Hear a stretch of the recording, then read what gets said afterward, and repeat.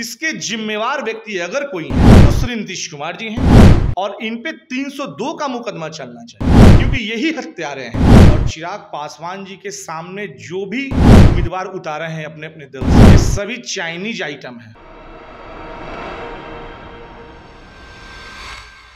नमस्कार, आप देख रहे हैं DTV भारत और मैं हूं आपके साथ शर्मिला चौहान। इन दिनों बिहार में उपचुनाव की सरगर्मियां जोरों शोरों पर है, काफी तेज है। और खासतौर पर बिहार की बात कर ले तो बिहार में युवा नेताओं को लेकर काफी युवा नेता जो हैं वो उपचुनाव की तैयारियों में लगे हुए हैं। एक तरफ कन्हैया कुमार हैं, दूसरी ओर लालू प्रसाद यादव के दोनों बेटे हैं, तो तीसरी ओर लोजपा रामविलास के राष्ट्रीय अध्यक्ष चिराग पासवान हैं। और चुनाव की सरगर्मियां इसलिए भी तेज हैं क्योंकि मुकाबला बेहद जबरदस्त है। चलिए इसी सिलसिले में बातचीत करेंगे और हमारे साथ मौजूद हैं लोजपा रामविलास के प्रवक्ता कृष्ण कुमार कल्लू जी। सबसे पहले तो सर बहुत स्वागत है आपका DTV भारत में। उपचुनाव की सरगर्मियां बहुत तेज है, कुछ ही दिनों में बस उपचुनाव होने वाले और सबकी नजर सीटों पर है, क्योंकि 2 सीटों पर जो चुनाव होने वाले हैं, एक तरफ चिराग पासवान है जो जीत का दावा कर रहे हैं, तमाम नेता जीत का दावा कर रहे हैं, कुशेश्वर स्थान के दौरे पर है चिराग पासवान। क्या लगता है बिहार विधानसभा उपचुनाव में जो 2 सीट पे होने जा रही है, कुशेश्वर स्थान और तारापुर, दोनों उपचुनाव में लोक जनशक्ति पार्टी रामविलास के जो उम्मीदवार हैं, तारापुर से चंदन सिंह और कुशेश्वर स्थान से श्रीमती अंजू देवी, दोनों प्रत्याशियों की जीत सुनिश्चित मैं करता हूं, क्योंकि जिस तरीके से बिहार की जनता ने यह मन बना लिया है कि वर्तमान मुखिया श्री नीतीश कुमार जी के से जो लोग परेशान हैं, इस बार एनडीए को मत नहीं देना है। और चिराग पासवान जी के सामने जो भी उम्मीदवार उतारे हैं अपने अपने दल से, ये सभी चाइनीज आइटम है। 4 दिन में ये लोग तहस नहस हो जाएंगे। मैं विश्वास दिलाता हूं कि ये जो हमारे प्रत्याशी हैं पूर्ण रूप से दोनों बिहार विधानसभा में पहुंचेंगे और एक दोनों क्षेत्र में जो विकास की गंगा बहेगी, हमारे नेता आदरणीय चिराग पासवान जी का जो मैनिफेस्टो है बिहार फर्स्ट बिहारी फर्स्ट, उस मैनिफेस्टो में छात्र छात्राएं युवाओं से जुड़ा हुआ जो उसमें दर्शाया गया है, चाहे वो शिक्षा के लेकर हो या स्वास्थ्य के लेकर के हो या बिहार में श्रमिकों को लेकर के है, इस सभी चीज़ उसमें दर्शाया गया है। सब घर घर जाके हमारे नेता खुद कैंपेन कर रहे हैं। कुशेश्वर स्थान में 21 तारीख से लेकर के 25 तारीख तक वो रहेंगे आपको तारापुर में, और पूर्ण रूप से बिहार की जनता हमें मत देकर बिहार विधानसभा पहुंचाएगी। अच्छा, अब कृष्ण जी एक अगला सवाल मेरा है, जो जम्मू कश्मीर में बिहारी मजदूरों की हत्या हुई है उस पर लगातार विपक्ष सरकार को, ये जो हत्या हुआ है उस पर उसका आरोप लगा रही है सरकार पर कि यदि सरकार रोजगार देती तो शायद ये नौबत ना आती। बिहार के श्रमिक भाइयों की जो हत्या हुई है जम्मू कश्मीर में, इसके सबसे बड़े जिम्मेवार व्यक्ति बिहार के मुखिया श्री नीतीश कुमार जी हैं। क्योंकि नीतीश कुमार जी अगर बिहार में रोजी रोजगार की व्यवस्था किए होते तो आज ऐसी घटना न होती। बिहार के श्रमिकों को क्या आवश्यकता है दूसरे प्रदेश में जाने की, छात्र छात्राओं को क्या जरूरत है दूसरे प्रदेश में पढ़ाई करने की या नौकरी करने के लिए, तो नीतीश कुमार जी की कुव्यवस्था से इन लोगों की मौत हुई है। इन लोगों की मौत आतंकवादियों की गोली से नहीं हुई है, नीतीश कुमार जी के कुव्यवस्था से मौत हुई है। नीतीश कुमार जी 2 लाख में निपटारा कर दिए। नीतीश कुमार जी आप जवाब दीजिए, जो लोग पलायन कर रहे हैं, जो लोग वहां से बिहार आ रहे हैं, आप बिहार के लिए क्या व्यवस्था किए उन तमाम लोगों के लिए? आपको तो बोलना ही होगा। आप 16 साल पहले की जिक्र करते हैं कि लालू राज में क्या हुआ। लालू राज को लोगों ने छोड़ दिया, क्यों? एक अच्छा मुख्यमंत्री, अच्छा चेहरा देख करके आपने भी वही काम किया जो उन्होंने किया था। तो आप में और जंगल राज में क्या फर्क रह गया? ये तो जंगल राज, इसको महाजंगल राज कहेंगे।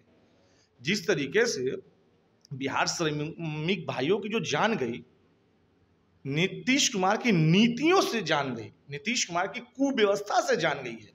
इसके जिम्मेवार व्यक्ति अगर कोई हैं तो श्री नीतीश कुमार जी हैं और इन पे 302 का मुकदमा चलना चाहिए।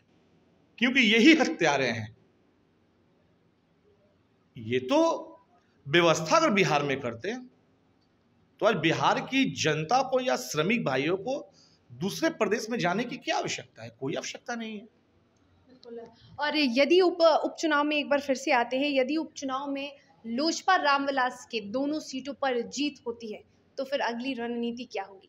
देखिए, निश्चित जीत होगी। बिहार की जनता ने जिस तरीके से मैंडेट दिया था एनडीए को, नीतीश कुमार जी को तो मैंडेट मिला भी नहीं। 71 से कहा वो 43 पे चला है, और ईश्वर को भी नागवार गुजरा कि उनके 2 विधायक इस दुनिया में अब नहीं रहे। खैर, उन्हें मैं नमन करता हूं। बहरहाल एनडीए के उम्मीदवार नहीं जीतेंगे। ये सभी के सभी चाइनीज आइटम है।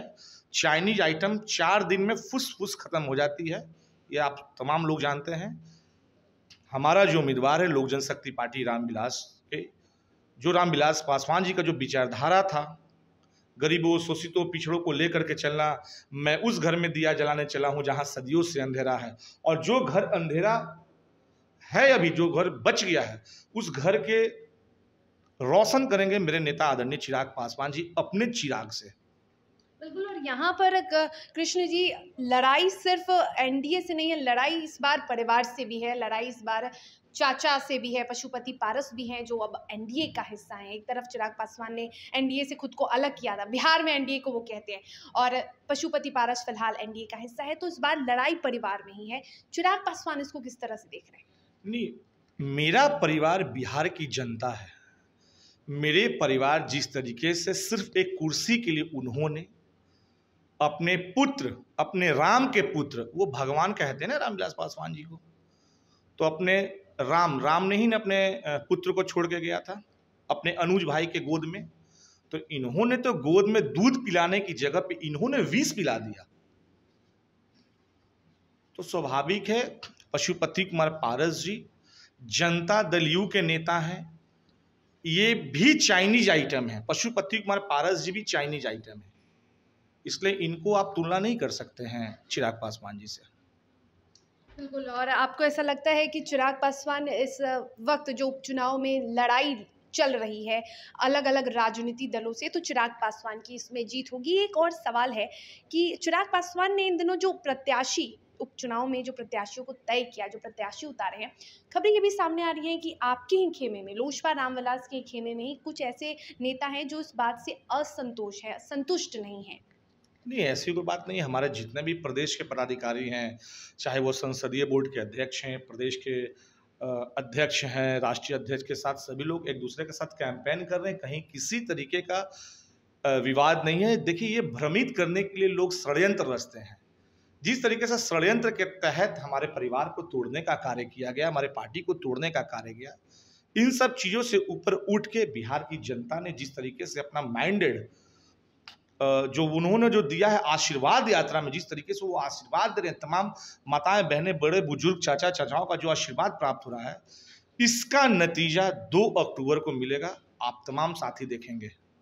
2 अक्टूबर यानी कि जो परिणाम की घोषणा होगी उपचुनाव की, तो लोजपा रामविलास पूरी तरह से आश्वस्त है कि इस बार उपचुनाव में जीत 2 नवंबर को, माफ कीजिएगा, 2 नवंबर को जो परिणाम की घोषणा होने वाली है। 30 अक्टूबर को चुनाव है, उपचुनाव है विधानसभा के, और ऐसे में 2 नवंबर को परिणाम आ जाएगा, रिजल्ट आ जाएगा। और अब देखना यह है कि जिस तरह से लोजपा रामविलास अपनी जीत को लेकर आश्वस्त है, क्या वाकई जनता चिराग पासवान को एक बार फिर से बिहार की राजनीति में सक्रिय करती है? क्या जनता एक बार फिर से चिराग पासवान को बिहार में एक नेता के तौर पर उभारती है? ये तो अब देखने वाली बात है। और अब ये भी देखना है कि क्या लोजपा रामविलास के जो प्रत्याशी उतरे हैं, क्या जनता उन्हें जीत का ताज पहनाती है? मुकाबला बेहद दिलचस्प है। और हमारे साथ खास मेहमान हमारे लोजपा रामविलास के प्रवक्ता कृष्ण कुमार कल्लू जी हैं, और इन्होंने साफ तौर पर बता दिया है कि अब जो एनडीए की सरकार है वो चाइनीज माल हो चुकी है और जनता इन्हें जल्द से जल्द हटाएगी।